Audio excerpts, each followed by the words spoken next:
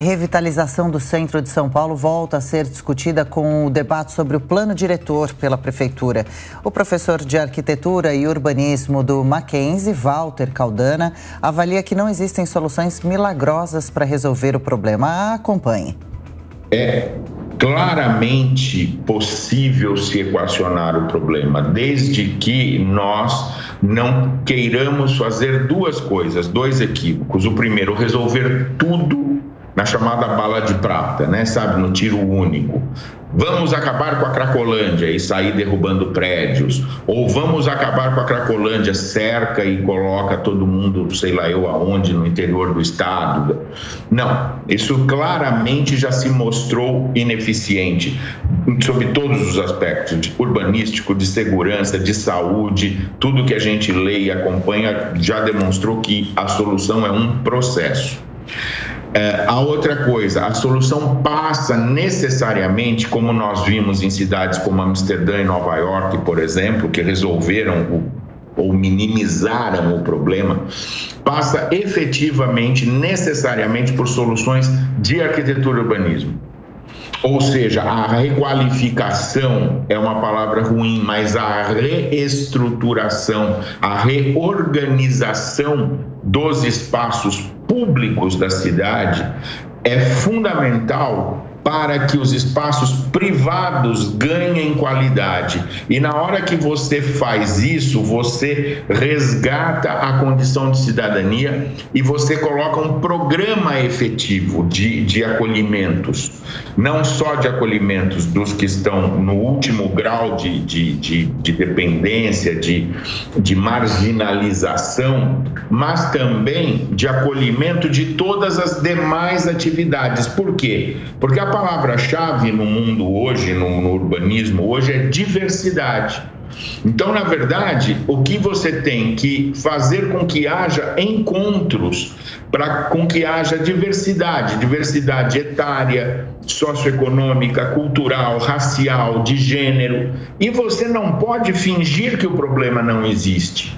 Você tem que aprender, é uma maneira de, ao incorporar o problema, incorporar junto à solução. Então, por exemplo, cercar a Praça Princesa Isabel, pôr grade na Praça Isabel, aonde que isso pode levar? Quer dizer, esse tipo de solução isoladamente, ela não vai resolver. Nova York, por exemplo, foi uma cidade que enfrentou isso a partir do final da década de 70, início dos anos 80, meados dos anos 80, o auge do problema. Aí eles enfrentaram isso com um programa de exatamente alteração dos espaços públicos, uma rede de espaço público, inclusive de funcionamento 24 horas, com monitoria pública, entidades privadas, entidades assistenciais, muita educação para a saúde e funcionando 24 horas.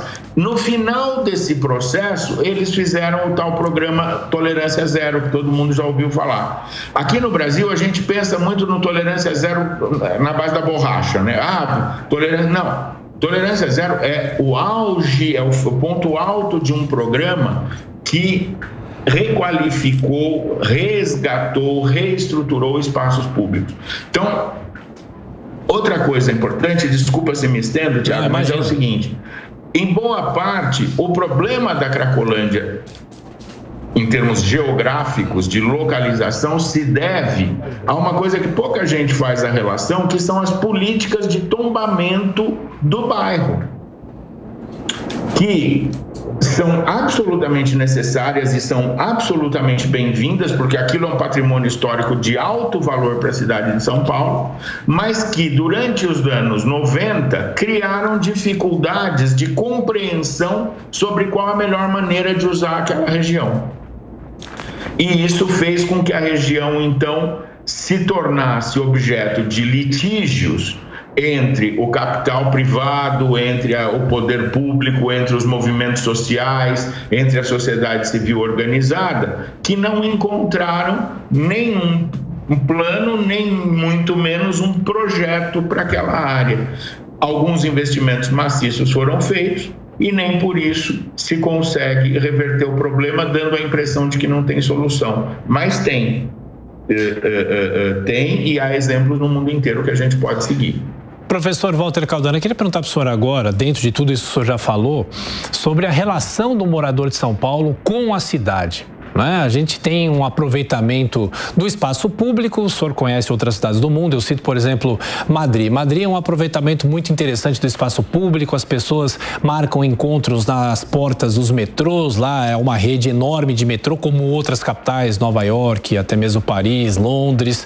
E São Paulo, nos últimos anos, descobriu a própria cidade, a gente tem o fechamento da Avenida Paulista aos domingos, são pequenas ações que atraem as pessoas para as ruas. As pessoas não ficam enclausuradas, mesmo com todos os problemas de segurança, de violência. Aqui na Paulista, como eu acabei de falar, nós temos um problema crônico de roubos de celulares e outros assaltos.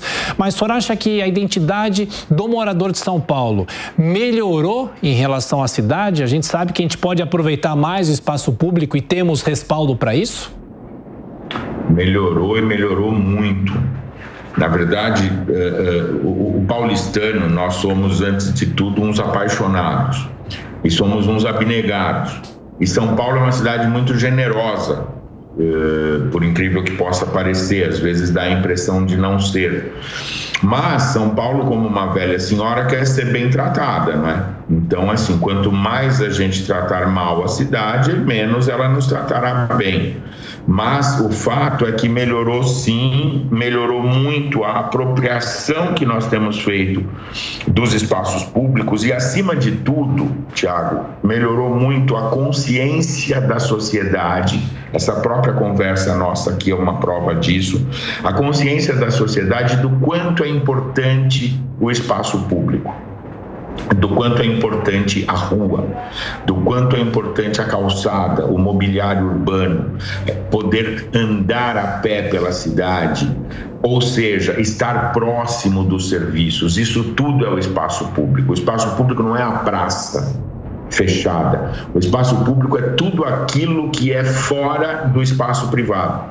É a calçada, é o mobiliário, é a praça, também a praça, é a árvore, é a sombra, é o banco, é a lixeira, é a informação no ponto de ônibus que não tem perdão nós não termos, é o banco, é o caminhar, é o ponto de internet. Isso é o espaço público, isso é o usar a cidade, e São Paulo está usando cada vez mais, a nossa consciência está cada vez maior e a sociedade está cobrando cada vez mais a qualidade e a qualificação dos espaços públicos. Nesse sentido, eu sou otimista. Sou um pouco pessimista, voltando ao início da conversa, por quê? Porque todas as boas iniciativas continuam sendo isoladas e pontuais.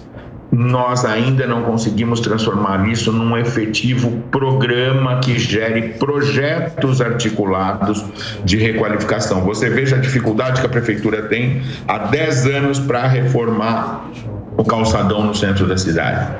Já foram feitos 3 projetos, já foram feitos 3 orçamentos e etc, e não vai. Nós temos problemas sérios com o mobiliário urbano, nós temos problemas sérios com a própria manutenção de algumas esquinas e etc. Então, nós temos, de um lado, uma qualidade crescente e um desejo crescente da sociedade que é mandatária.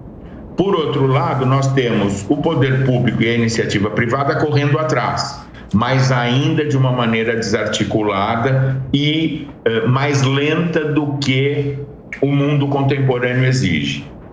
O resultado disso, no meu modo de ver, sou otimista. Eu acho que nós vamos aprender a fazer melhor e mais rápido, e a cidade tende a se tornar cada dia mais interessante e importante. Mas para isso, insisto, algumas coisas têm que ser assumidas como bens coletivos. Por exemplo, a questão da habitação.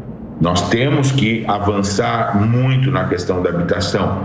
A questão sanitária, nós temos que avançar muito na questão sanitária. E a questão da mobilidade, nós temos que avançar muito na questão da mobilidade, não é? Isso tudo com educação por trás, óbvio. Sim, o senhor fala em relação à moradia, professor. Eu já aproveito e pergunto para o senhor sobre a discussão do plano diretor, né, na Câmara Municipal de São Paulo, o potencial construtivo da cidade.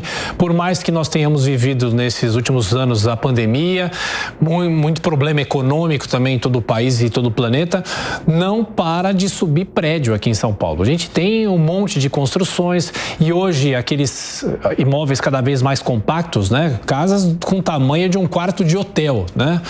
E claro que a cidade reflete também as tendências do mundo. Às vezes a pessoa quer morar mais perto do trabalho, não quer pegar carro, não quer se deslocar, enfim. Eu pergunto, o potencial construtivo de São Paulo, qual que é o espaço para São Paulo continuar crescendo e muitas vezes de uma forma desordenada, como a gente sabe que vem acontecendo e sempre aconteceu, principalmente nos anos 60, 70, com a migração do campo para a cidade? Duas coisas a gente precisa falar sobre isso. A primeira é o seguinte: nós não podemos definitivamente, e eu vou me servir do seu programa, confundir altura de prédio com densidade, com mais gente morando no mesmo lugar. E São Paulo deliberadamente confunde essas duas questões, não é? O que nós precisamos é ter mais gente morando perto da onde já tem serviço. Isso não é necessariamente ter que fazer prédio alto. Então, o potencial construtivo de São Paulo, hoje, ele se mede ainda por uma métrica, por um metro muito velho, muito antigo, que é o que pode fazer dentro de cada lote. Isso é muito velho, é ultrapassado, não funciona. E a gente insiste nesse erro, que é o zoneamento. O grande problema de São Paulo, o maior problema de São Paulo nesse assunto, é a lei de zoneamento, não é o plano diretor. Por isso, porque ela faz, o metro é errado.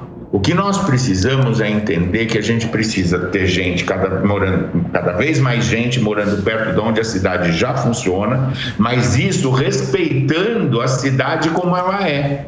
O que nós estamos vendo é que está se demolindo uma cidade para fazer outra. E ainda o arquiteto e urbanista Walter Caldana acrescenta que a revitalização do centro depende de projetos e não de planos. O professor do Mackenzie defende, por exemplo, trazer o gabinete do governador para a região. Jornal da Manhã.